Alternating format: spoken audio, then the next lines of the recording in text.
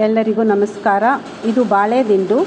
ಇದರ ಮೇಲಿನ ಸಿಪ್ಪೆ ಬಾಳೆ ನಾರಿಗೆ ಅಂದರೆ ಬಳ್ಳಿಗೆ ಉಪಯೋಗಿಸ್ತಾರೆ. ಒಳಗಡೆ ತುಂಬ ಮೆದುವಾದ ದಿಂಡು ಇರುತ್ತದೆ. ಇದರ ಉಪಯೋಗವನ್ನು ನಮ್ಮ ಪೂರ್ವಜರು ಔಷಧ ರೂಪದಲ್ಲಿ ಕಂಡುಕೊಂಡಿದ್ದಾರೆ. ಮೂತ್ರಕೋಶದ ಕಲ್ಲು, ಉದರ ಸಮಸ್ಯೆಗೆ ಇದು ತುಂಬ ಸಹಾಯಕಾರಿ. ಇನ್ನು ಹೊಟ್ಟೆಗೆ ಕೂದಲು ಹೋದರೆ ಕೂಡ ಅದನ್ನು ಕರಗಿಸುವಲ್ಲಿ ಸಹಾಯ ಮಾಡುತ್ತದೆ. ಇದರಿಂದ ತಂಬುಳಿ, ಸಾಸಿವೆ, ಹುಳಿಲು, ಹಸಿ, ಜ್ಯೂಸ್ ಹೀಗೆ ಬಗೆ ಬಗೆಯ ರೂಪದಲ್ಲಿ ಇದನ್ನು ಅಡಿಗೆಯಲ್ಲಿ ಉಪಯೋಗಿಸುತ್ತಾರೆ. ನೋಡಿ, ನೀವು ಇದರ ಉಪಯೋಗವನ್ನು ಪಡೆದುಕೊಳ್ಳಿ. ವಿಜಯಕ್ಕ ಕೊಟ್ಟ ಈ ಬಾಳೆದಿಂಡಿನಿಂದ ನಾನು ಪಾನಕ ಅಥವಾ ಜ್ಯೂಸ್ ಮತ್ತು ತಂಬುಳಿಯನ್ನು ಮಾಡೋದು ಹೇಗೆ ಅಂತ ತೋರಿಸ್ತೀನಿ. ನೋಡಿ, ಅವರು ಹೇಳಿದಂತೆ ಇದರ ಒಳಗಡೆ ಈ ರೀತಿಯಾದ ಮೃದುವಾದ ಭಾಗವನ್ನು ನಾವು ಕತ್ತರಿಸಿದವಾಗ ಮಧ್ಯದಲ್ಲಿ ಈ ರೀತಿಯ ನಾರು ಬರುತ್ತದೆ. ಆ ನಾರನ್ನು ತೆಗೆಯಬೇಕು. ರುಬ್ಬಿದಾಗಲೂ ನಾರಿರುತ್ತೆ. ಆದಷ್ಟು ಆ ನಾರನ್ನು ತೆಗೆದುಕೊಂಡರೆ ನಮಗೆ ಊಟ ಮಾಡುವಾಗ, ಸೇವಿಸುವಾಗ ಬಾಯಿಗೆ ಸಿಗೋದಿಲ್ಲ. ಇದು ಬೇಗನೆ ಕಪ್ಪಗಾಗಿ ಬಿಡುತ್ತದೆ. ಹಾಗಾಗಿ ಕತ್ತರಿಸಿದ ಕೂಡಲೇ ಇದಕ್ಕೆ ಸ್ವಲ್ಪ ನೀರನ್ನು ಬೆರೆಸಿ ಮಜ್ಜಿಗೆಯನ್ನು ಹಾಕಿದರೆ ಬಣ್ಣವು ಕಪ್ಪಗಾಗುವುದಿಲ್ಲ. ಒಂದು ವೇಳೆ ಕಪ್ಪಗಾಗಿ ಕಂಡರೂ ಅದರ ಗುಣಧರ್ಮವು ಬದಲಾಗುವುದಿಲ್ಲ.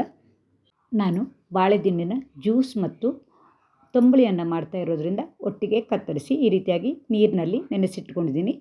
ಮಿಕ್ಸಿಯಲ್ಲಿ ರುಬ್ಬುವಾಗ ಸಣ್ಣ ಸಣ್ಣ ಹೋಳುಗಳನ್ನಾಗಿ ಮಾಡಿ ನೀರನ್ನು ಬೆರೆಸಿ ರುಬ್ಬಿಕೊಳ್ಳಿ. ಇಲ್ಲವಾದಲ್ಲಿ ಮಿಕ್ಸಿ ಹಾಳಾಗುವ ಸಂಭವ ಇರುತ್ತದೆ ಮತ್ತು ಬೇಗನೆ ರಸವು ಬರುವುದಿಲ್ಲ.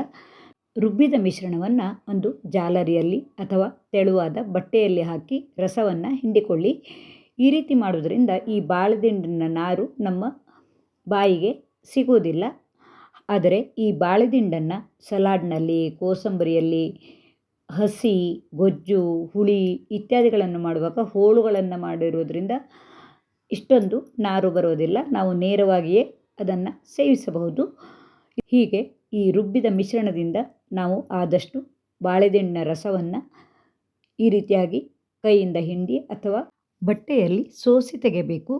ಈ ಚರಟಕ್ಕೆ ಇನ್ನೂ ಸ್ವಲ್ಪ ನೀರನ್ನು ಸೇರಿಸಿ ರುಬ್ಬಿ ಮತ್ತೊಮ್ಮೆ ಸೋಸಿ ತೆಗೆದರೆ ಬಾಳೆದಿಂಡಿನ ರಸವು ಜಾಸ್ತಿ ಸಿಗುತ್ತದೆ.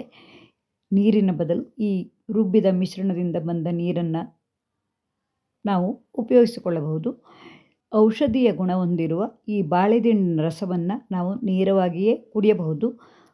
ಬೆಳಗಿನ ಹಸಿದ ಹೊಟ್ಟೆಯಲ್ಲಿ ಕುಡಿದರಂತೂ ಇದು ಉದರ ಸಂಬಂಧಿ ರೋಗಗಳಿಗೆ, ಕಿಡ್ನಿ ಸ್ಟೋನ್ಗೆ ಇತ್ಯಾದಿಗಳಿಗಂತೂ ರಾಮಬಾಣವೆಂದು ಹಿರಿಯರು ಹೇಳುತ್ತಾರೆ.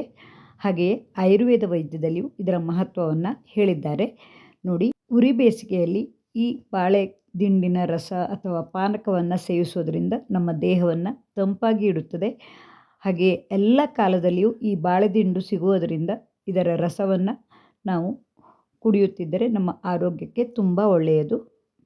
ಈ ಬಾಳೆದಿಂಡಿನ ರಸ ಅಥವಾ ಬಾಳೆದಿಂಡಿನ ನೀರಿಗೆ ನಾವು ರುಚಿಯನ್ನು ಹೆಚ್ಚಿಸೋಕೆ ಸ್ವಲ್ಪ ಕಾಳುಮೆಣಸು, ಸ್ವಲ್ಪ ಏಲಕ್ಕಿ ಮತ್ತು ಜೀರಿಗೆಯನ್ನು ಕುಟ್ಟಿ ನುಣ್ಣನೆಯ ಪುಡಿ ಮಾಡಿ ಇದಕ್ಕೆ ಸೇರಿಸಿ ಉಪ್ಪು ಮತ್ತು ರುಚಿಗೆ ತಕ್ಕಷ್ಟು ಬೆಲ್ಲವನ್ನು ಹಾಕಿ ನಾವು ಸೇವಿಸಬಹುದು. ನೋಡಲು ಬಣ್ಣವು ಚೆನ್ನಾಗಿರದಿದ್ದರೂ ನಮ್ಮ ಶರೀರದ ಆರೋಗ್ಯಕ್ಕಾಗಿ ಇದನ್ನು ಆಗಾಗ ಕುಡಿಯುತ್ತಿರಬೇಕು.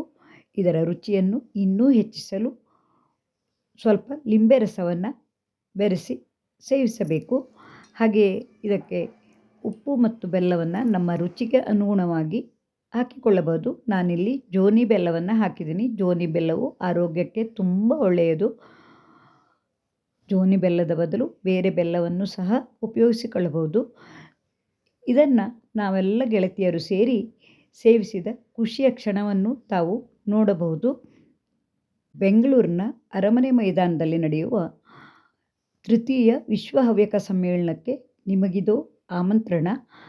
ಹಾಗೆಯೇ ಈ ಕಾರ್ಯಕ್ರಮದಲ್ಲಿ ನಮ್ಮದೂ ಒಂದು ಪುಟ್ಟ ಕಾರ್ಯಕ್ರಮವಿದೆ. ಅದು ಯಾವುದು ಅಂತ ನೋಡೋಕ್ಕೆ ನೀವು ಡಿಸೆಂಬರ್ 27, 28, 29ಕ್ಕೆ ನಿಮ್ಮವರೆಲ್ಲರನ್ನು ಸೇರಿಸಿಕೊಂಡು ಬಂದು ಕಾರ್ಯಕ್ರಮವನ್ನು ಚೆಂದ ಕಾಣಿಸಿಕೊಡಬೇಕಾಗಿ ವಿನಂತಿ ಇದೆ. ವಿಶ್ವ ಹವ್ಯಕ ಸಮ್ಮೇಳನಕ್ಕಾಗಿ ಗೆಳತಿಯರೆಲ್ಲ ಸೇರಿ ಒಂದು ಕಾರ್ಯಕ್ರಮ ಕೊಡುವ ತಯಾರಿಯು ನಡೆಯುತ್ತಾ ಇದೆ. ಹಾಗೆಯೇ ನಾನು ಬಾಳೆದಿಂಡಿನ ತಂಬುಳಿಯನ್ನು ಮಾಡುವ ವಿಧಾನವನ್ನು ತೋರಿಸ್ತೀನಿ.